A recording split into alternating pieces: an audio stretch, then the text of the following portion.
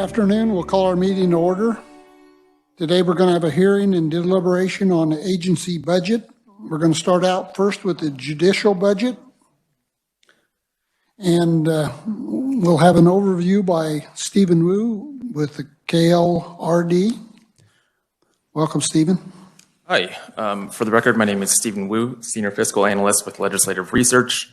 I'll be speaking from this budget analysis today. It'll have Judicial Branch at top. And I'll reference the page numbers as we go. Before I dive, does everyone have copies? No. Oh.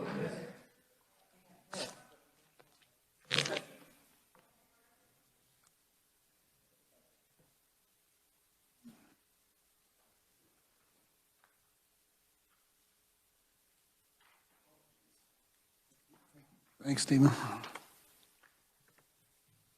Before I dive into it, I want to recognize that there are some folks from the Judicial Branch here that will be speaking after me to talk about the agency's operations. We have Chief Justice Marla Lukert of the Kansas Supreme Court. We have Chief Judge Jeffrey Gehring of the 18th Judicial District. We have a Court Administrator, Leah Welsh of the 3rd Judicial District. We also have Judicial Administrator Stephanie Bunton as well. And I also believe there are a couple pieces of written-only testimony. So just as a quick overview, as you'll see on the front, the primary function of the judicial branch is the administration of justice throughout the state of Kansas. And a quick note on the numbers you'll see throughout this document. The governor is statutorily required to pass along the judicial branch's budget as received, so I'm not going to cover the governor's recommendation. The numbers will be exactly the same as with the agency's request. So on the first couple of pages, you'll find an executive summary. It'll give you a very high-level overview of what the agency's budget is like for fiscal years 22 and 23. I'm going to jump, however, to page 215, where you'll see a bit more detail on the fiscal year 22 analysis. So the table up top, I believe most committee members, if not all, have seen this sort of ledger-style table before. The legislature approved about $168.2 million in expenditures and about 1,938 FTE positions for the judicial branch at the end of session. There has been one change since between the end of the session and when the agency submitted its budget. If you recall, last year the legislature had appropriated $7.4 million to replace docket fee fund revenue decreases. Because of the timing of when the budget was passed, a lot of that remained unspent at the end of fiscal year 21, so that rolls over to 22. You'll see that in item number 1. If we get the agency's request proper, you'll see that they request about $165.5 million, same number of FTE positions. About $130 million of this comes from SGF, and this is a bit lower than what the legislature approved for 22. It's about $9.6 million lower, and it's primarily due to that item number 3. There's an $8.6 million reduction in docket fee fund expenditures. So if you'll remember testimony from last year, the agency had indicated that they were receiving lower receipts in fee fund revenues, so causing the legislature to appropriate that additional funding. The agency has also lowered expenditures from the docket fee fund from about $27.3 million to about $18.7 million to sort of account for this. This change includes that $6.9 million that rolled over from that previous fiscal year from 21. These expenditures occur in a wide variety of categories. The judicial branch primarily spends it on salaries. Its budget is primarily for funding the salaries and wages of its employees, but they can occur in a wide variety of categories. There are a couple of other decreases that happened in 22. For example, in item number 4, you'll see about a $1.7 million reduction in e-court expenses. This is due to a change in how the fund for e-court gets its revenue. So up until fiscal year 22, the first $3.1 million in docket fee fund revenues gets deposited into the electronic filing and management fund, which is for e-court. From FY22 onward, that amount drops to about $1.5 million year to year. So you'll see a bit of a drop in expenditures from that fund, and that is largely in line with the rollout of e-court as the agency transitions from rollout to operations. The decrease also includes about $425,000 in capital improvements. There are 2 projects in this. There is about $175,000, all from docket fee funds, for a secure mailroom in the Judicial Center, and there's about $200,000, again from the Docket fee fund, for the second phase of a Court of Appeals office relocation project. The second phase just involves remodeling some existing space for their staff now. Both of these items were approved by the Joint Committee on State Building Construction on February 10th of 2022. I'm going to jump directly into 23, which you'll see on page 218. For fiscal year 23, the agency requests about $177.7 million and 2,000 FTE. As a quick aside, the numbers you'll see in that table aren't, they don't reflect correctly. It's 2,000 FTE for fiscal year 23. So of this amount, about $148.3 million comes from SGF. This is a bit higher than in the previous year, about $12.2 million higher. And that's largely for a couple of items, which you'll see detailed in the next few pages. So first, we have item 1. The agency is requesting about 5.4 million SGF and 58 FTE positions for new judge and staff positions. So if we'll take a step back, in fiscal year 2020, the agency contracted with the National Center for State Courts for a weighted workload study for its employees. The study was completed in 21 and recommended that 20 new judges and 9 new staff positions were needed statewide.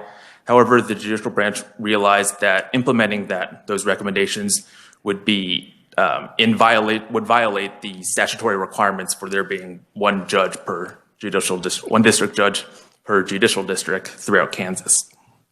So as a result, the agency solicited feedback from its chief judges of the district courts throughout Kansas. And based on that feedback, they determined that they needed some bit more additional positions. Those total about 14 new district judges, 9 new district magistrate judges, 13 new court reporters, and 2 new administrative assistants. You'll see the detail of those positions as well as where they're located, the counties are located, and at the bottom of page 218 to the top of page 219. For that request, about $4 million is budgeted for salaries, about $1.6 million for fringe benefits, and a little over $210,000 for shrinkage. Another big change in fiscal year 23 is item number 2. This request is for a bit over $325,000 and 4 FTE positions for 4 new positions. You'll see those detailed on 219. There's an IT security analyst, which would help improve cybersecurity measures throughout the court system. There is a request for a new IT regional operations technician to support remote technology use, as the agency has improved those efforts in the past couple of years. There is a new internal auditor requested to help oversee financial and operational audits. And there's a new data analyst position requested, which would help oversee data collection and analysis. Another new change is item number 3. This is the third of the agency's enhancement requests for 23, and it's to upgrade some district magistrate judge positions to district judge positions. The agency indicates that there are currently 3 judicial districts with only 1 district court judge.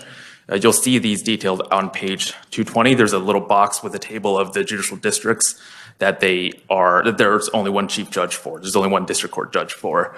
This includes the 17th Judicial District, which contains several counties in Senator Billinger's Senate district. The thing to note here is that because there is only 1 judge within these judicial district, that judge also necessarily has to serve as the chief judge of that judicial district. So that adds an additional workload onto them. So this request would just upgrade some district magistrate judges to district judge positions when they are available. Item number 4, there's another increase of about $1.9 million from the previous year. This is all from SGF, and this is just the second year of the judicial salary plan that the legislature passed last year. This is a 5% increase. Item number 5, there is a $9 million SGF request to help get the ball rolling on eliminating the judicial surcharge. So pursuant to statute, the judicial branch has authority to levy surcharges to help fund the cost of operations. The agency has indicated its intent to move away from relying on these fee funds to instead relying on state general funds. So there's a bill introduced on the House side, HB 2541, that would instead credit docket fees, marriage license fees, and driver's license reinstatement fees to the state general fund instead.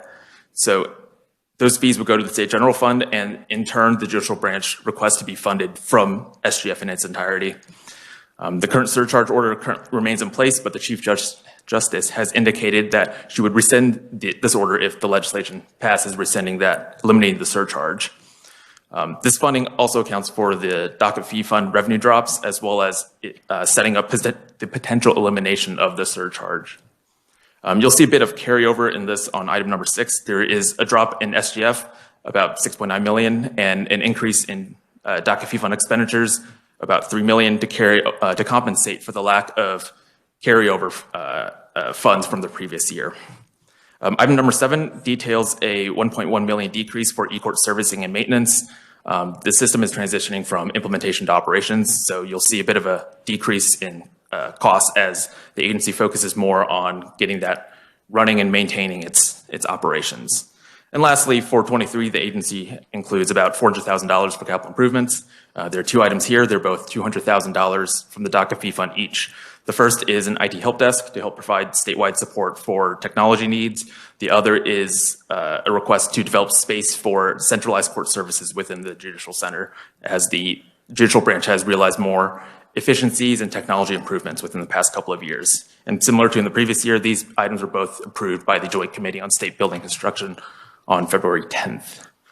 There's a lot of other information remaining in the document from pages 221 up until 233. You'll see program level analysis. This is where you'll see some of those performance measures indicated for these the various programs within the judicial branch. If you'd like some more detail on the capital improvements, you'll see that on the last 2 pages, 234 and 235. I'm not going to go into any of those in detail unless the committee would like. So with that, I think I'll conclude my remarks there. I'm happy to answer any questions, or if the committee would like, happy to turn it over to folks from the agency as well. Are there questions for Stephen? Seeing none, thank you. Thank you. First off, we will have the Chief Justice Marla Lukert. Marla, welcome to committee.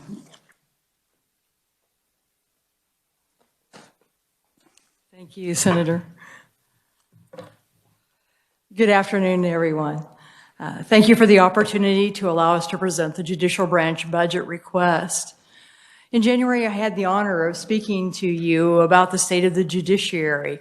And in that address, I explained how the pandemic had really pushed the judicial branch forward.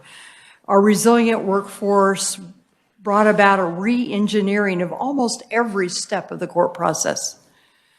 Grant funding became available, and that really propelled us forward in our efforts to respond to Kansans' increased demand to have government services provided to them online where possible. Overall, I believe in the last 2 years, we have greatly improved our service to Kansans and increased access to justice.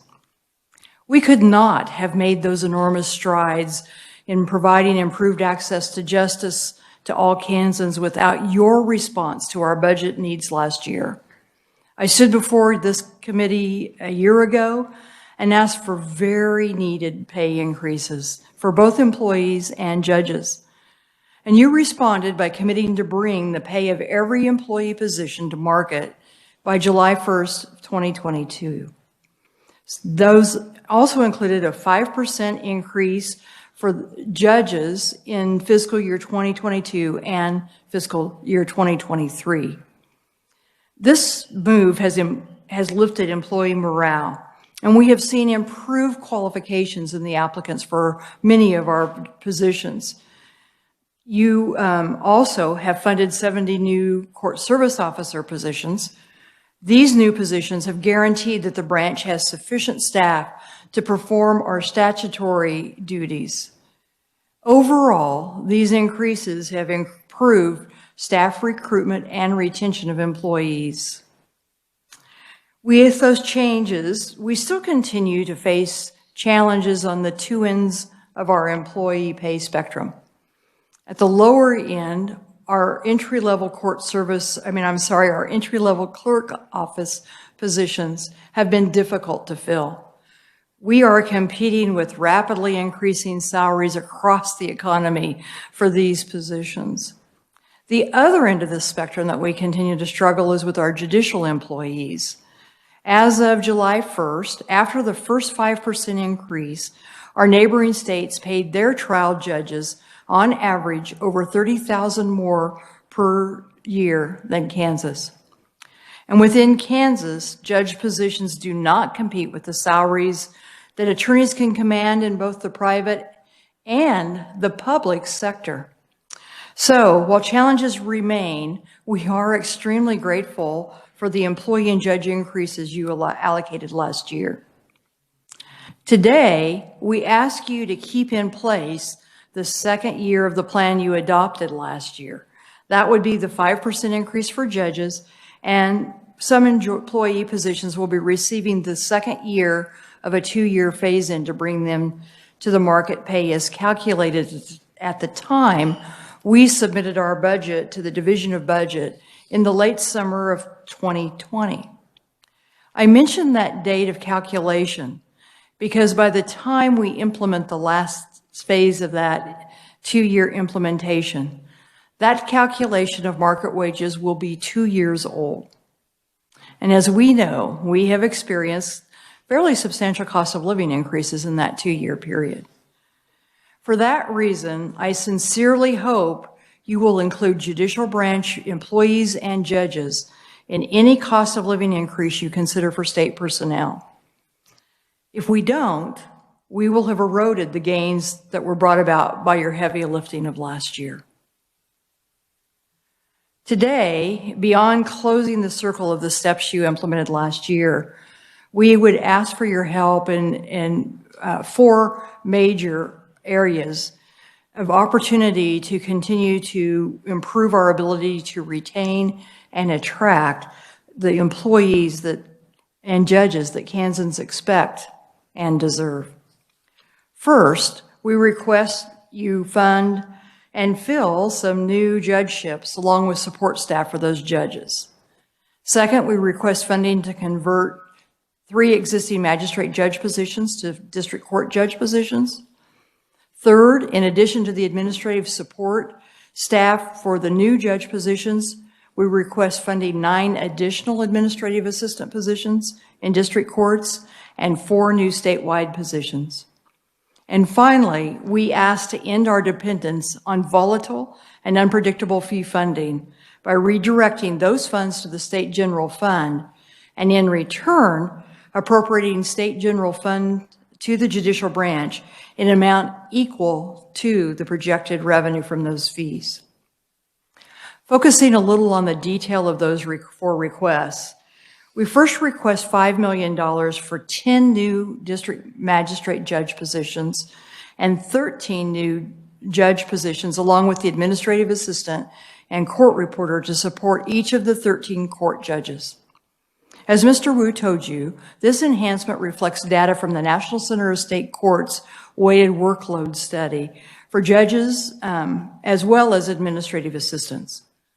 That workload study showed that a need for more judges in some areas of the state.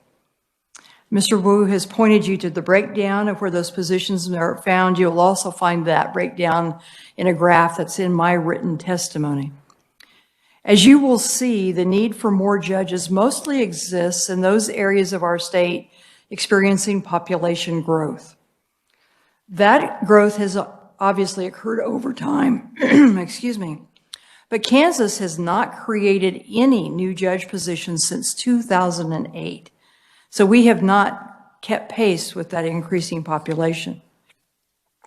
As a result, 13 of our 31 judicial districts lack the necessary judicial resources to efficiently manage the district's caseload. The workload study showed that 4 of those 13 districts need more judges than we are requesting this year. But we balance those needs with the budget and other considerations. These other considerations include, for example, the reality that some courthouses lack room for additional staff.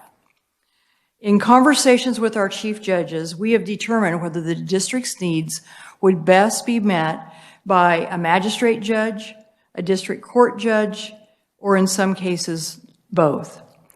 If you improve this enhancement, we will have magistrate judges in some districts, like Sedgwick and Shawnee counties, that currently have only district court judges. Our second budget request is for the $250,000 cost for converting 3 district magistrate positions to district judge positions. These conversions would take place in 3 judicial districts that have only one district court judge one district judge in the entire county. Each of these districts consists of 6 counties, and each has 6 district magistrate judges in addition to the district court judge. These districts, as Mr. Wu said, are the 24th, which is in west central Kansas, the population center being Larned, and in the 12th and the 17th, both of which I think Senator Billinger and I would call north central Kansas. Some of you might call the 17th as being in northwest Kansas. It's all a matter of perspective, right? But by statute, only district court judges can hear some cases, and these are generally the more complex cases. This means that one district court judge has to handle those complex cases for the entire 6 counties of that district, as well as carry out the administrative duties of being the chief judge of that district. Those duties and that responsibility for that caseload may result in slowing down the movement of some of those larger, more complex cases, including felony criminal cases. Converting one magistrate judge in each of those districts to a district judge would improve the effective and efficient management of those districts' caseloads. We are not asking to convert these positions immediately, but through attrition, meaning that upon the death, resignation, retirement, or removal of a current magistrate. For example, if a current magistrate in a specified county decides to retire this year, this position would then be converted to a district court judge position. Our other employment request is for about $325,000 to fund 9 judicial administrative assistants in district courts and 4 positions that would have statewide positions that would expand technology and court services. Again, these 9 judicial assistants are in addition to the 13 that we are asking to support the 13 new district court judges. Another weighted caseload study revealed the need for these 9 additional judicial administrative assistants in various parts of the state. As for the 4 statewide positions, 2 would increase our information technology staff. One of those would be a regional technology officer and the other a technology security officer. The regional IT position would assist district courts with our court operations technology that include our e-filing, our case management systems, as well as the other online services that we have created. The requested IT security position would beef up our cybersecurity efforts. The latest IT security audit from the Legislative Post Audit recommended the judicial branch continue to prioritize IT security. This position would assist our current cybersecurity officer in these efforts and would also support the rollout of our statewide case management system. The other 2 statewide positions we have requested are an internal auditor and a data analyst. The internal auditor would oversee internal financial audits and operation audits for district courts, appellate courts, our licensing boards, and our other programs. The data analyst will allow us to collect and analyze data more robustly. With the completion of our statewide case management system, the judicial branch for the first time will have a statewide system with uniform data points, and thus we will be able to compile more judicial branch data and statistics than ever before.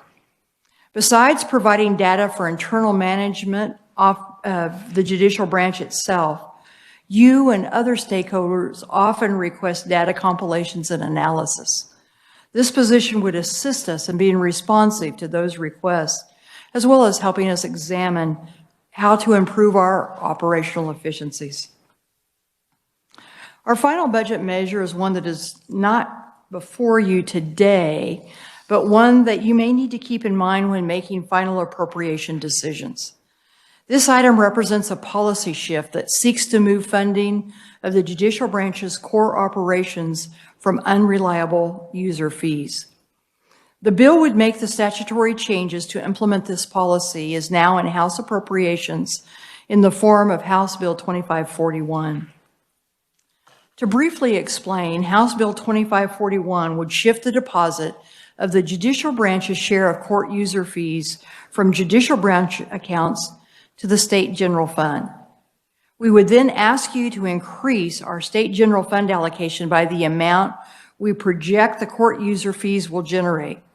In other words, we anticipate the state general fund will receive an increase in funds equal to the increased appropriation. The rationale for this change is that it would eliminate our dependence on this volatile and unpredictable fund. The up and down nature of these funds creates cash flow difficulties for the judicial branch, and these difficulties are hard to manage because this income is primarily used to fund salaries. That means that during periods of cash flow shortfalls, we cannot fill staff positions that are often critical to the timely and efficient processing of cases across the state. This burden falls on the shoulders of our remaining employees and on those Kansans whose cases may be delayed because of staffing shortages. Again, if House Bill 2541 becomes law, we ask the subcommittee to note this shift in the deposit of fee funding will create a need to appropriate state general funds to the judicial branch in an amount equal to the projected fees shifted to that fund. To close, I would again like to express my appreciation for your help last year when the judicial branch faced unprecedented challenges in the fee funding because of the pandemic. You collaborated with us to ensure that courts function for Kansans, and you funded needed pay increases for our employees, addressing an underfunding problem the branch had faced for years. I appreciate your efforts in service to Kansas and your recognition that the Kansas Judicial Branch, as a core service of government, must have resources to timely and efficiently provide access to justice. Our budget request strengthened that core objective by focusing on providing additional judges and employee positions to safeguard timely access to justice for all Kansans. We ask you to help us strengthen our Kansas courts. Mr. Chairman, with your permission, we will present testimony from Chief Judge Jeff Gehring from Wichita, Lee Welch from Topeka, and Court Administrator Stephanie Button. And I'm also happy to stand for any questions that you have. Did you want to go over their testimony? Is that what you just said? I didn't catch it all. No, we would like Okay. for them to present their testimony. So, Okay. yeah, sorry. Are there questions for Chief Justice before Senator Kirshen? Mr. Chairman, thank you for being here and helping us out. You had a good report, I thought. So Thank you. I had a question on page 225 under the law library. It says it's a resource for the judicial branch, but it says other people who use it. It's including prisoners. Yes. How do prisoners access the law library? Prisoners access it through several means. They can, they have some resources that will sometimes point them to a case, so they can contact our librarians and ask for copies of that materials. And there are different mechanisms that they can do that, either by mail or through the prison library itself. And we provide copies to them of those materials as requested. So there's no prisoners in the... They do not come to the library itself, yeah. It's a email, mail transaction, fax, I think even some still, so, yes. Senator Fagg. Thank you, Mr. Chairman. Thank you for your presentation, Your Honor. Thank you. This is back on the budget. Something that caught my eye here, and I wanted to ask you. It says that the request also includes an increase of $200,000 in a variety of expenditures, such as employer contributions of the group health insurance. I don't think I've run into that yet. I was just wondering what kind of increase, or what was the thought process on that? You know, that is a question that will be better directed to Ms. Bunton, who prepared the actual budget. If I can step aside, I'll let her take that question. like the sound of that. I just wondered, that's the first time I've seen that somewhere. So Please state your name. yes, I'm Stephanie Button, Judicial Administrator. And so we have nearly 2,000 employees and judges. And so what we do when we prepare the budget is we pull for that year how many people are on health insurance, have enrolled in health insurance, and then we make the estimate based on that. And so there's quite a bit of fluctuation from year to year based on that updated data. Like some people will pick up family plans, or more people will have a health insurance in one year than another. So you're saying there'll be an increase of $200,000 just from normal increases? Normal increases year to year. Okay, all right, thank you. You're welcome. Any other questions? Seeing none, Chief Justice, thank you for taking time to be here today, and I'm very good report. I agree with my colleagues, and Thank you for again. that, and thank you for giving us this opportunity. Next, we'll have the Honorable Jeffrey Goring, Chief Judge of the 18th Judicial District in Sedgwick, on WebEx. Are you there? I am. Thank you, Chairman Billinger and members of the subcommittee, for allowing me to address the committee and speak in support of the 2023 judicial branch budget. And I also appreciate you allowing me to appear by WebEx. Before I get to the topic that I'd like to focus my time on, which is the need for additional judgeships, I would like to echo Chief Justice Lukert's thanks to all of you for the judicial pay increase last year and for the anticipated second increase this year. While 2021 was not quite as challenging as 2020 was, 2021 was nevertheless a trying time for the judiciary as we attempted to open our courts during the COVID pandemic. And I can tell you personally that the pay increase that hit last year was a badly needed morale booster that hit at just the right time. It also allowed us to be more competitive with our open positions to attract talent. As a younger man, when I served briefly in the House, a lot of people asked for my votes, but very few people ever thanked me for them. And I want to thank you for the pay increase last year, and thank you for your attention to the judiciary. I'd like to focus my attention, though, on the need for additional judgeships in the 18th Judicial District. And just to provide some context and some background, my division, Division 26, was created by the legislature in 2000. In 2008, the legislature added 2 more judgeships, Divisions 27 and 28, but those were the last new judgeships that we had in Sedgwick County. So we are going on 14 years without additional judgeships in Sedgwick County. During that 14-year period of time, however, Sedgwick County has grown both in population and in economic development. And along with that growth comes an increase in civil and criminal cases. The last weighted caseload study that was performed by the National Center for State Courts, that was referenced by Chief Justice Lukert and others, indicated that Sedgwick County was recommended to need 14 additional judges. Now, I'm not asking for 14 additional judges, and that's not what we're presenting here today. But I do bring the study up because I think it is some independent confirmation that our case numbers in Sedgwick County point to the need for additional judgeships. One of the things that we've attempted to do in Sedgwick County last year was to streamline operations so that we could try more cases to get at the COVID glut that was created in 2020. So one of the things that we've done with that is to create a preliminary hearing docket. That docket is currently being run by pro tem judges that are being funded through ARPA money.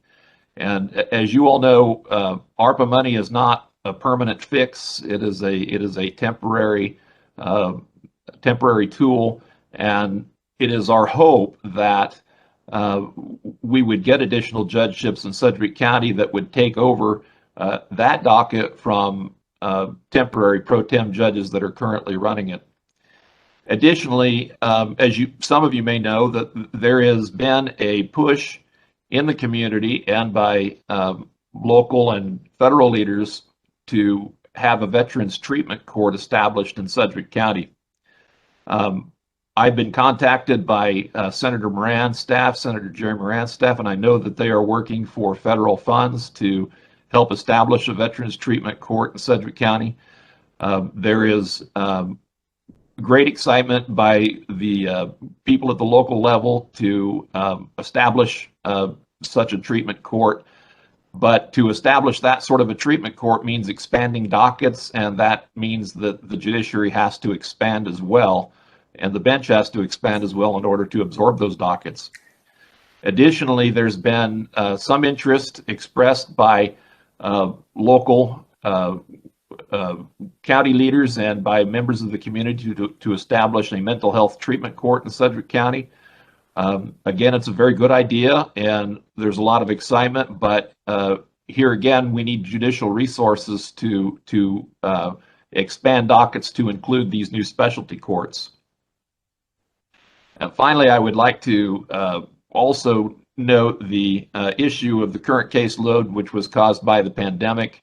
I want you all to know that I have done everything that I could as the Chief Judge of the 18th Judicial District to keep this courthouse in Sedgwick County open and running as best that I could.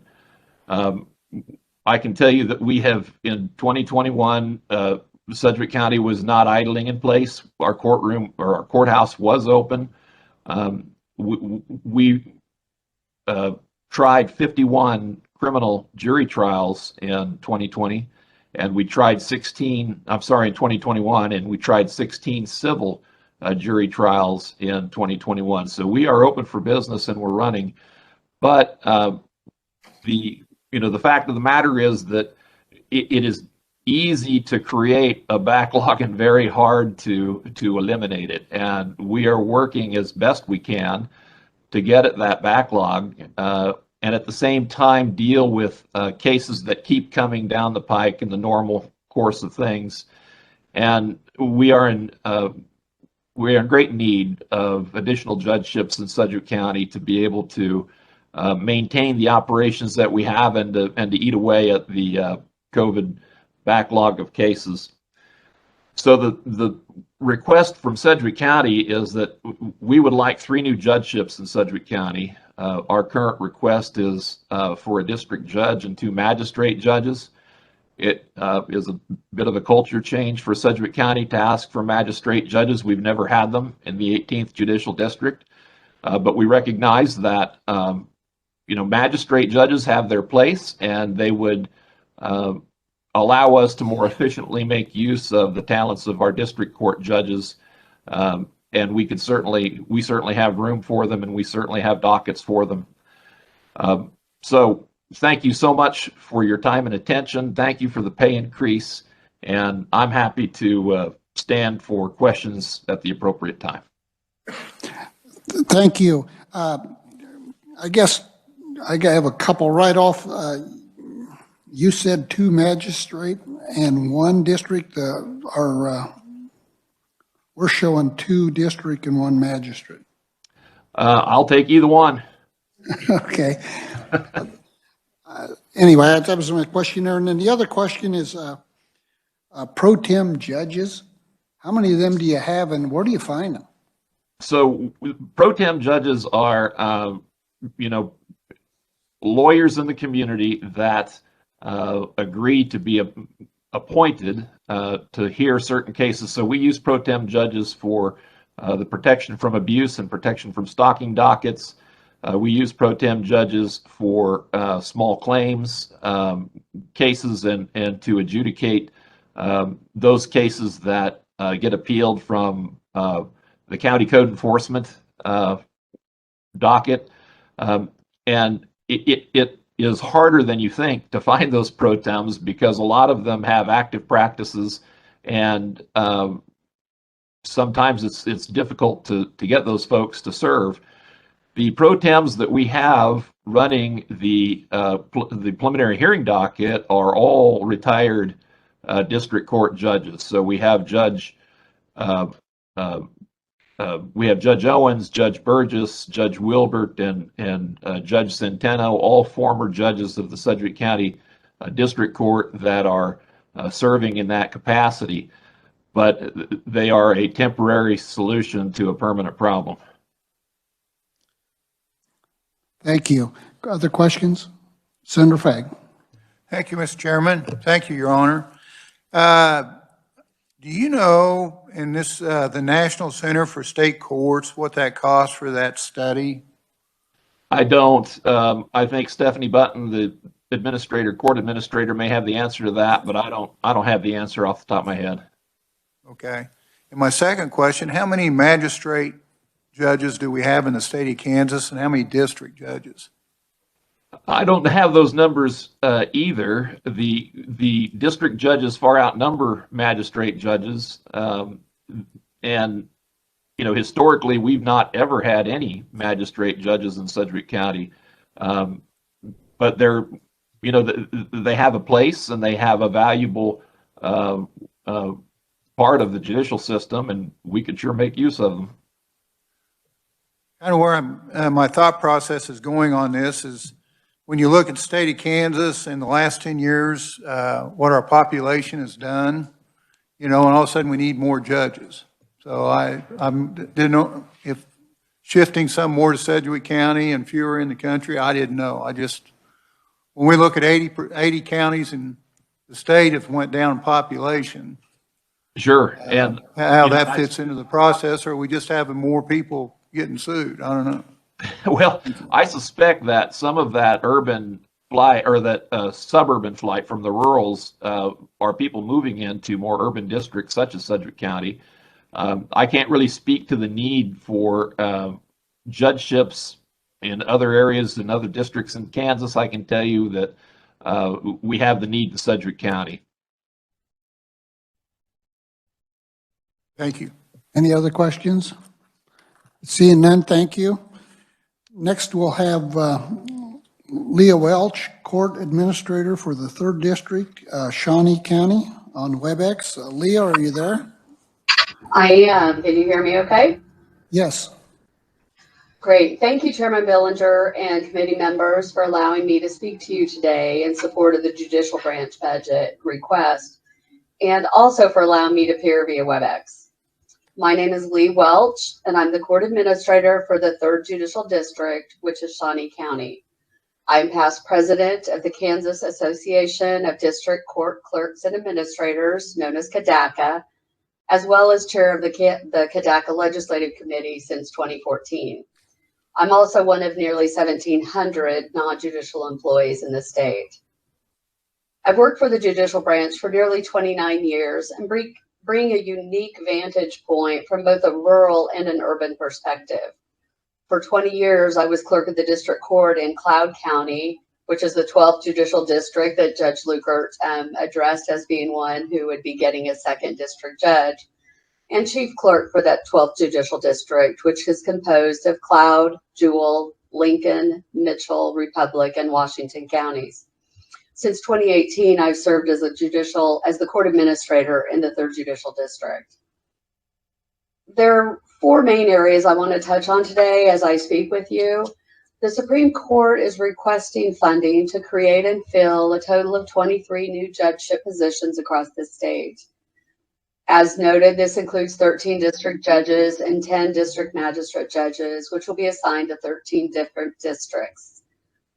The request for these positions is supported by the recent judicial weighted caseload study, and also includes funding for each of those district judges to have an administrative assistant as well as a court reporter. Furthermore, the inclusion of support staff, the administrative assistant, and the court reporter for each district judge position created greatly improves the efficiency of not only the judge, but the court in general, by providing those much needed services to the position. This results in increased productivity and assurance of an accurate record. The court as a whole is drastically short on court reporters. So this will be a great benefit to all involved in the judicial process. Under this proposal, Shawnee County would receive 2 district magistrate judge positions.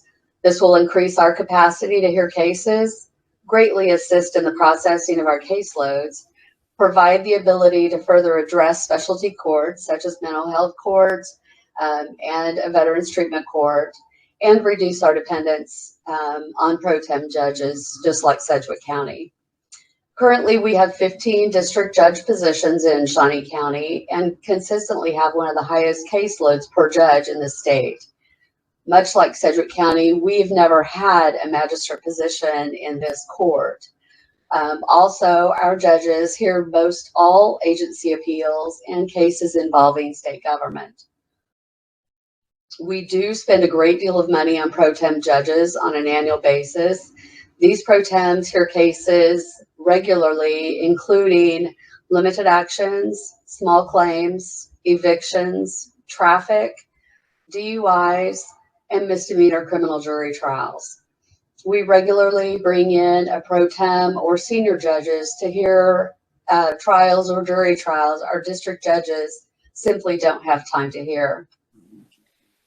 Second, the judicial branch requests the continued implementation of the 2-year salary increase initiated during the last legislative session.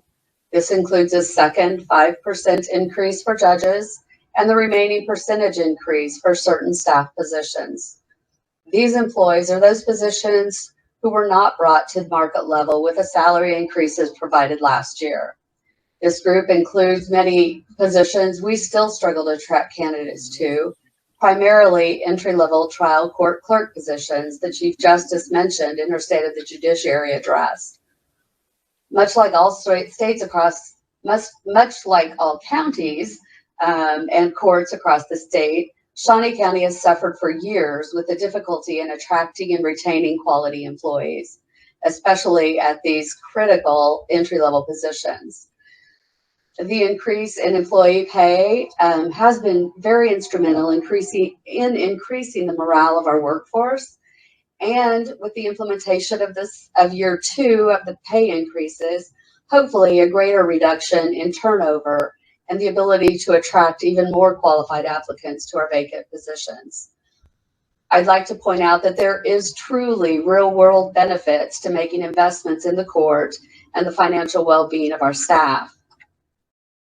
Next, by including judges and non-judicial employees in any COLA for state employees, all state of Kansas employees will be treated in a fair and equitable manner when it comes to state-funded cost of living adjustments. In addition, it keeps the pay of employee positions much closer to the actual market rate after all of the hard work that was put in by the legislature last year to work towards getting our staff towards market level pay. And finally, the request for an allocation of state general fund dollars to offset the current process of utilizing fee funding to support judicial branch core operations. By redirecting the deposit of those court fees to SGF, it should offset our increased SGF request, since that is based on the projected collection of fee revenue and should therefore be net neutral. The proposal to shift funding, as noted previously, is being handled in House Bill 2541 and is separate from the judicial branch budget request. I'm hopeful you'll consider our request to fund the additional judgeship and support staff positions, maintain your commitment to the second year of our judicial salary increases, as well as non-judicial staff increases, and the inclusion of judicial branch judges and staff in any cost of living adjustment being considered for state of Kansas employees. I would be remiss if I didn't state we are extremely grateful for the salary increase implemented during the last legislative session, but we must maintain our market salary levels with ongoing and meaningful cost of living adjustments, or we'll find ourselves behind the market rate shortly after our first year out. Again, thank you for all you've done to support the judicial branch. We appreciate everything you've done for us and look forward to continuing working with you. I am thankful for the opportunity to speak with you today, and I'm happy to answer any questions you may have. Thank you, Leah. Did you say, did I hear you right, that you have no magistrate judges in Shawnee? Correct. We have 15 district judges, but we've never had a magistrate judge in Shawnee County. So I take it you're probably using the temporary retirees? We are using pro tem judges. Yes, a couple of retired judges and then some active and retired attorneys also serve as pro tem judges for us. Thank you. Other questions? Seeing none, thank you, Leah. Next, we'll have Stephanie Button, the Kansas Judicial Administrator. Stephanie, welcome to committee. Thank you. Thank you, Chairman Billinger, Senator Fagg, Senator Kirshen, and Senator Petty. Thanks for allowing me to testify today. I won't take much of your time because I want to stand for any technical questions you have on all the moving parts of the budget. But I do want to reiterate what I said to the Senate Ways and Means Committee a couple weeks ago. We're so appreciative of the appropriation you made to bring all employees to last year's market rate by this July 1st, and for the increase you gave to judges. As you heard from the court administrator in Shawnee County, that measure has made a profound positive change. Our local court administrators are reporting statewide that they are seeing some of the best qualified applicants that they've seen. When I've been in local courthouses, the morale is much improved. Offices are staffed. We're so grateful for your efforts in funding the judicial branch budget. The shift in employee morale is amazing. As Chief Justice Luckert mentioned, there's a bill that is currently in the House that would shift deposit of fee funding to fund core judicial branch operations to SGF. If the bill is enacted, we would need to have the shift to an additional SGF appropriation for our budget. We would work with Stephen and Jill in the revisor's office for that number, but right now that's probably in the ballpark of about $27 to $28 million. So with that, in closing, we look forward to continued collaboration with you to ensure the judicial branch is equipped with the resources necessary to perform its critical functions of government. And I will address a couple of questions you had earlier, and then I'm happy to answer questions. But so Senator Fagg, you had the question about the number of judges. We have 79 district magistrate judges, 167 district court judges, 14 Court of Appeals judges, and 7 Supreme Court justices, for a total of 267 judges. And then you asked about the cost of the weighted caseload study. I have asked the assistant financial officer to pull that information from me. I don't want to give you an inaccurate number. I believe that we actually paid for 3 studies in one, which was a court reporter weighted caseload study, an administrative assistant weighted caseload study, and a judge's weighted caseload study. We originally had one done, and I believe it was 2011 that was paid for with grant funding, but we did pay for the one we had most recently. So it's recommended to do a new one every 5 to 7 years. And then, there was a question about the number of judges in the request for Sedgwick County, and it is 2 district court judges and 1 magistrate in that county. So Stephen's chart in his materials is 14 and 9 is correct. That was a Scrivener's error on my part. And then, finally, we talked a little bit about capital improvement projects. It is included in this budget out of Docket fee fund. We have requested some ARPA funding for that. That request is still pending. So, and I'm happy to answer any other questions you have. Thank you, Stephanie. Questions? So have you received any ARPA money? I've read here where some have. Has that been limited or? We've not received any ARPA funding. We did receive the CESF and the CRF money. So we received in the first 2 rounds, but our request for ARPA money, the current round, is pending. And that's for the remodeling? It's for the remodeling. We've asked for a variety of things. We've asked for some money for specialty courts. We've asked for some IT support, remote technology equipment for our district courts, audiovisual equipment. There's like 13 projects we've asked for money for, but the remodeling's included. Okay, so as far as in our part of the budget here, the remodeling is really the only thing that's been identified that you are applying for. The others are not identified in here. You're correct, yes. Any other questions? Seeing none, thank you, Stephanie. Appreciate your being here today and your testimony. Thank you.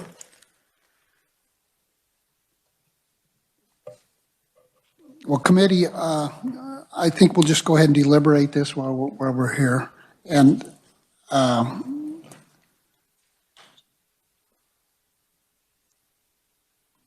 they're written, I believe. Is there one more comment?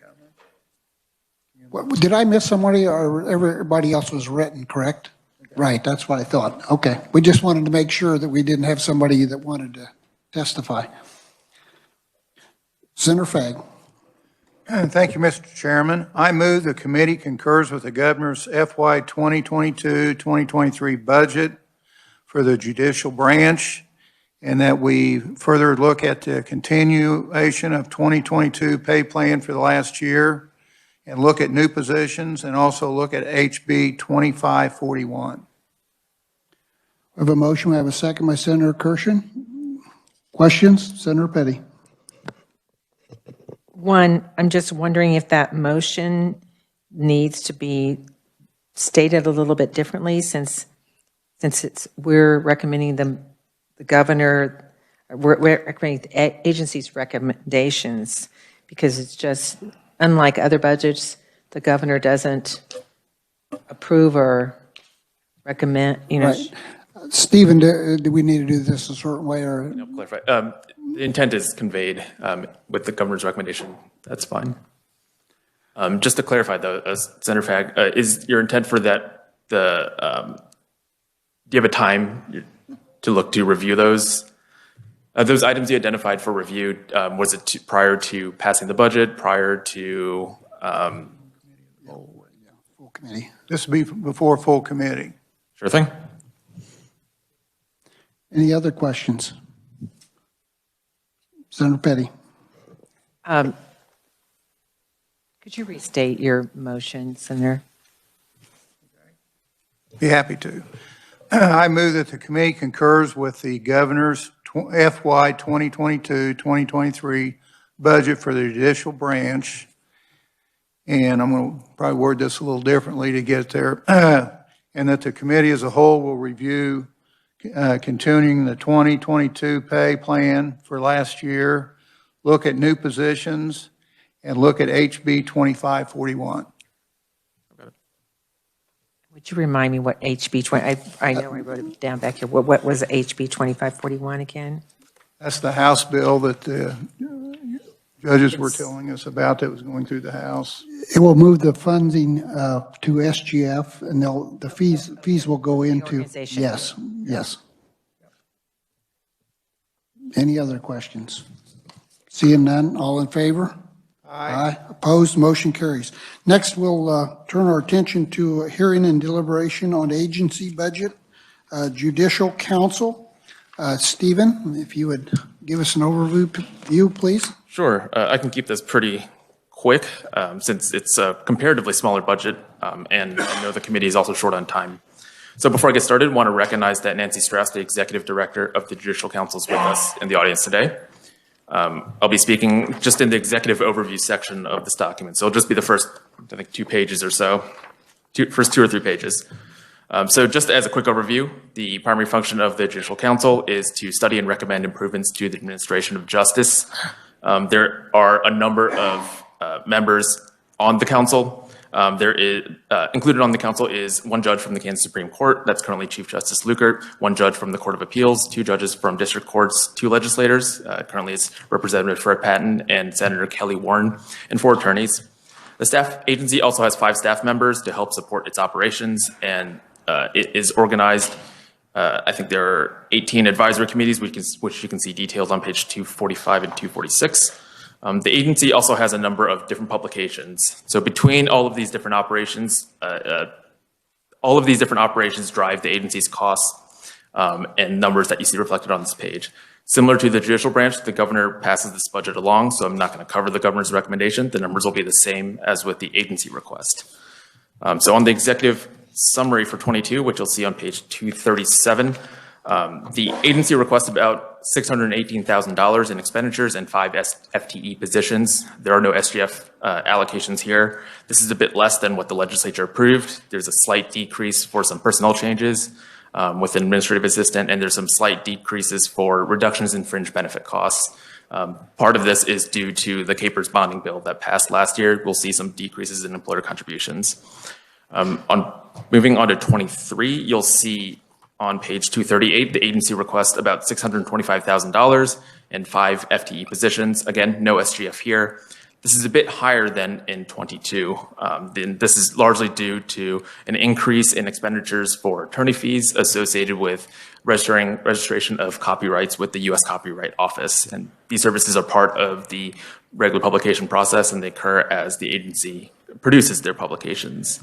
There's also some slight increases for small adjustments like vehicle mileage, printing costs, and OITS services. Those are just slight variations from year to year. You can find some details on the advisory committees, like I mentioned, on page 245, and some details on performance measures later on in the document in about page 248. I know I went through that fairly quickly. Would be happy to clarify or answer questions on any of that. Otherwise, would turn the mic over to Executive Director Strauss.